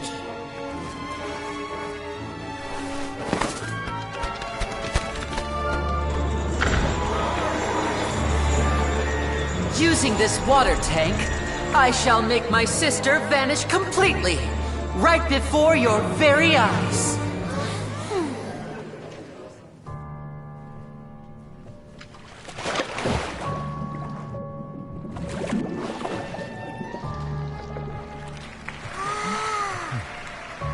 It's actually quite simple.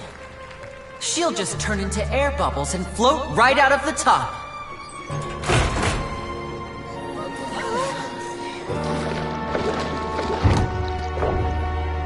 Oh no! I told them to check all the props carefully. With the lid on, even air can't escape. An amateur magician would be getting very nervous right around now. Luckily, it's me on stage, so let me show you what a true virtuoso can do.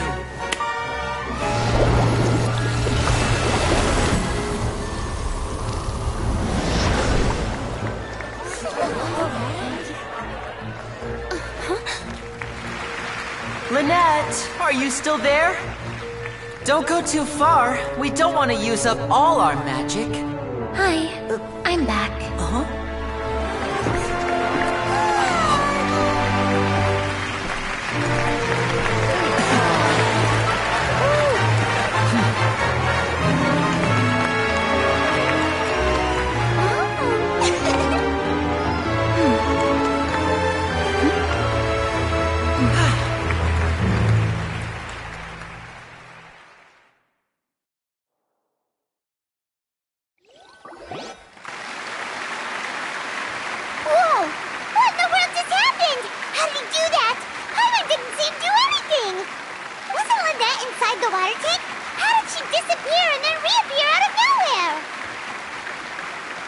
If we could see easily through his tricks, then that would mean that his skills are still lacking.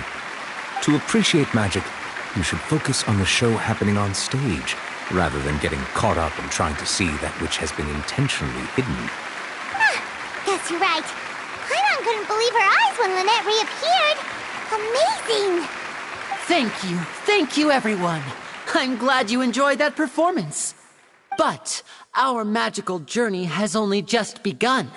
I've prepared even more astonishing surprises for everyone here. The magic of transformation and disappearance can go far beyond what you've just seen. I'm sure many of you are thinking that escaping the water tank was impressive enough, but Lynette is still my assistant after all. In which case, I have ample time to make all necessary preparations. So, for my next trick, I will require the participation of one lucky audience member. Please, if my assistants could bring out the magical boxes now. There are 2 boxes and only 2 boxes. One is here and one is there in the aisle among the audience. I'm sure many of our clever audience members have already guessed our next magic trick. A swap! Our lucky audience member and I will each enter a magic box. After 1 minute, we will each emerge from the opposite box. Now please, everyone pay very close attention to the box you see here. Don't give me any chance to make a move. Wow! How's he gonna do this? Hey, do you think this is all magic tricks, or does Lenny have actual superpowers? The lucky audience member will be generated by this random number selector. It selects numbers entirely at random. Even I don't know who will be chosen to participate. Now then, let's begin. Let me see. Oh, row 7, seat 3. Congratulations!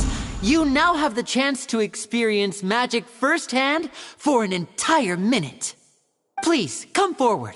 My assistant will take you beside the magic box.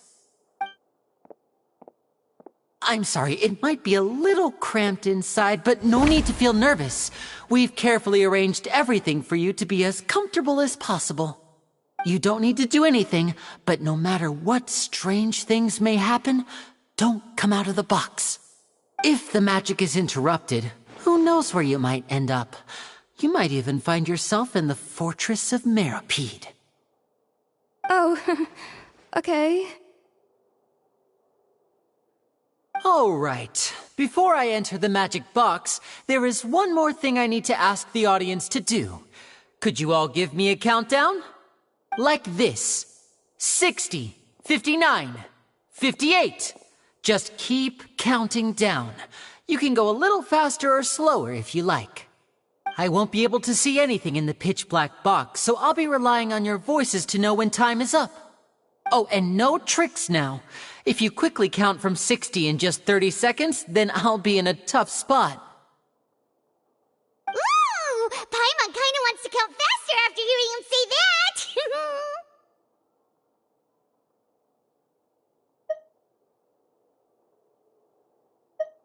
No, that won't do. I can see it in your eyes. You still can't be trusted. Let's practice together. Come on, repeat after me. 60, 59, 58. 60! 59! 58! That's right, perfect. Keep it going. All right, I'll see you all on the other side once you've finished counting.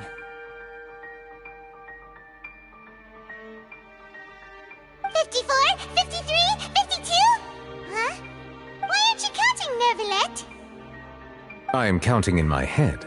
I think things are exciting enough in here as it is. Merely a consequence of my identity and personality. Do not worry about me. Just enjoy the show. Oh, alright. You look so serious that Paimon thought you might be feeling uncomfortable or something. 40! 39! 38! Mr. Linney, are you all right in there? Is everything ready? Yes, I'm fine. I'm just double-checking the direction of the magic. It would be a disaster if we get sent to the wrong places. For example, mid-air right above the audience. Even though he's saying that, Lenny doesn't seem nervous at all.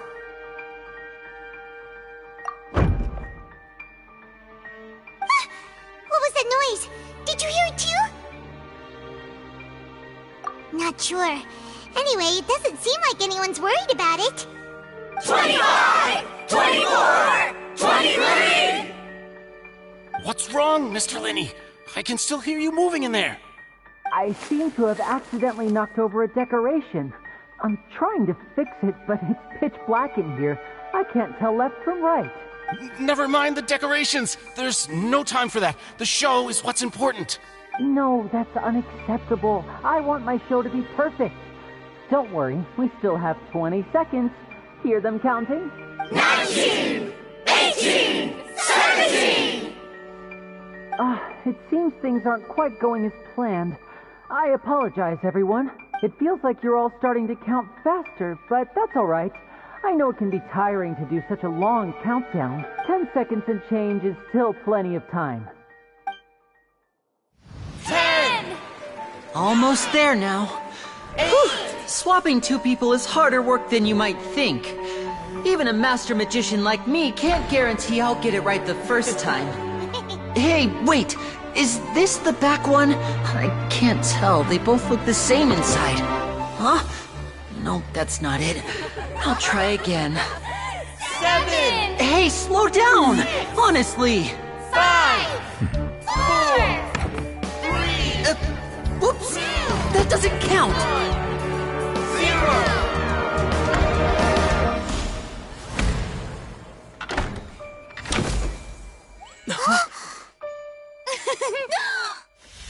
Ta-da!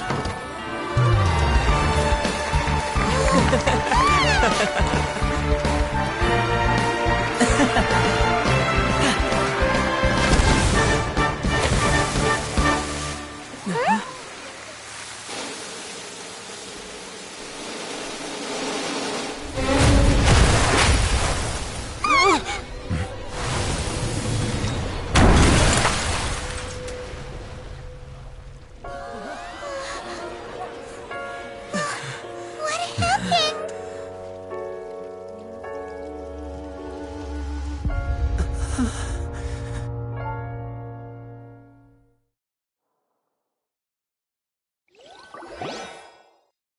Huh? Is this part of the show? Mr. Lenny, you're going to use magic to fix the stage now, right? What happened? Oh no. Maybe this isn't part of the show. The girl was still in that box, right? This performance is over. Medical staff with me. Guards, secure the scene and detain all the performers. Seal the exits. No one is allowed in or out at this time. Yes, that's right. If this was just an accident, then we must investigate the cause. But if this was all part of some scheme, then those accountable will not escape the judgment of the God of Justice. No need to be alarmed, you two. We'll get to the bottom of this soon enough.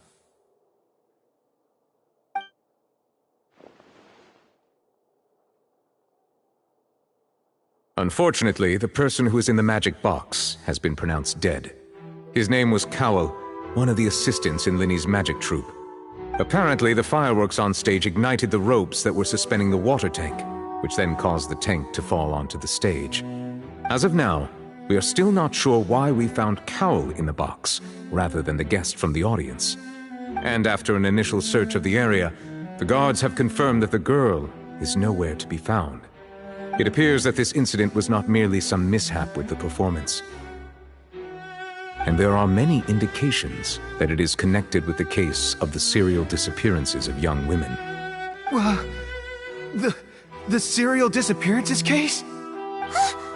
That's the case that Charlotte mentioned before! I know the truth. I can see through the whole thing. Really, using such a shallow and obvious mystery as his finale. Did he really underestimate us that badly? I say that our powerful magician, Mr. Linny, is now the prime suspect for the serial disappearances case. Huh? Why me? This whole thing was an accident. No, this all occurred during your magic show, did it not? The missing girl disappeared after being chosen, did she not? The deceased is one of your assistants, is he not? Now that I think about it, that whole speech about magicians making things disappear was nothing more than a provocation, a bald-faced challenge. That can't be right! How can Linny do this? He was in the box on the stage the entire time! We can even hear his voice!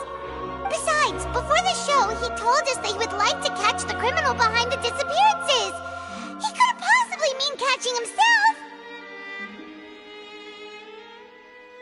Save discussion for a later time, please. Lady Farina, may I assume that your comments just now constitute an accusation against Mr. Linny and his associates, and that you are pressing charges? Huh? I just think that he... Well, I think it might be a little early to talk about formally pressing charges. But what Lady Farina said just now makes perfect sense. Looks like she's gonna personally deliver justice. A kidnapping and murder carried out under the cover of a magic show. Lady Farina said it all. I mean, of course, my dear people. But what excites me even more than the obvious truth before our eyes is the opponent I'll be facing. That's right. I mean you, Traveler. You'll support Linny, won't you? After all, he was the one who helped you the first time we met. Then there's no problem at all. You know, the Traveler and I already had a duel the first time we met. But with Linny's help, our little duel ended in a draw. But draws really are the most boring possible outcome. So, no more draws. Between the two of us, there must be a clear winner and loser. And what better place to hold such a riveting showdown and decide the true victor than here, on the grandest of stages, the Opera Epiclese. Huh? It wasn't a draw. She obviously lost last time. I understand. Charges have now been pressed, and as such, a trial is in order. Well, Traveler, seems Lady Farina has set you in her sights. But putting her dramatic rhetoric aside for a moment, I would like to ask you, are you willing to act as Mr. Linney's attorney and defend him in this case? Very well. The trial will be held a day from now in the Opera House. Both sides may investigate the scene to build their cases and search for the truth. Linney and his troupe are all potential suspects and shall remain within the Opera House. The audience may begin to leave in an orderly fashion once they have been cleared by the guards. A day isn't that long. Let's see what kind of case this big-shot outlander can build in such a short amount of time. I'm really quite looking forward to hearing it.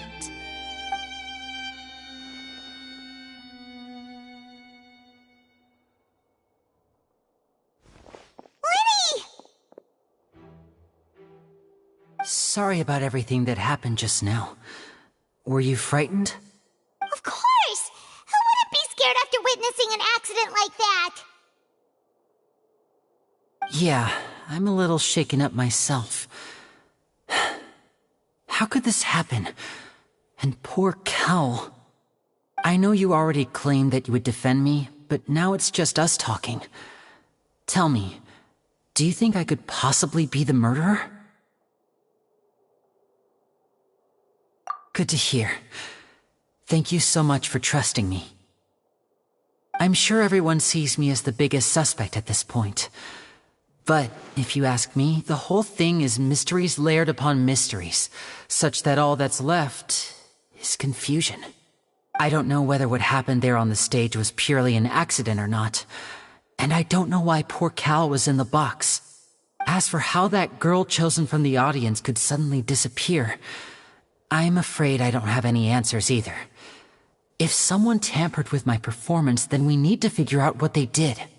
Even a skilled and knowledgeable magician like myself couldn't pull all that off in just 1 minute.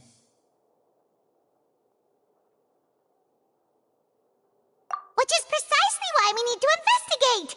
As this book says, the impossible could not have happened. Whatever happened must have been that which is possible. Paimon bought them when we were reading at the bookshop in the city earlier. Pretty cool, huh? Don't worry, Paimon used her own savings to buy them. It wasn't from our travel funds. I think they look cute on you, Paimon. You have good taste, Lynette. That's the right attitude. Feeling depressed isn't going to help me now. I need to get back to my normal self. But with the guards watching our every move, it's going to be especially difficult for Lynette and I to prove our own innocence. Good thing you agreed to be our attorneys. Thanks for that. We'll be counting on you. Yes, thank you so much. Yeah, just leave it to us. Oh, since we're going to start investigating, Paimon has a question first. Where did Lynette go during the performance? Oh, well, I'm afraid that would involve some of our essential trade secrets as magicians. The secrets behind our magic are past saving, Linny. I suppose you're right. The truth behind our tricks is going to be important evidence that will be weighted during the trial. 'Tis truly a pity. As a magician, our magic show is a work of art. We've poured countless hours and spared no effort in perfecting it. But if revealing our secrets will help you uncover the truth behind what happened, then it will be well worth it. We should go somewhere else if we're going to discuss our magic tricks. We'll go speak with the guards, and in the meantime, you can go investigate the stage and the seating areas. Alright, let's go have a look while the investigation teams are still here. Detective Paimon is on the case!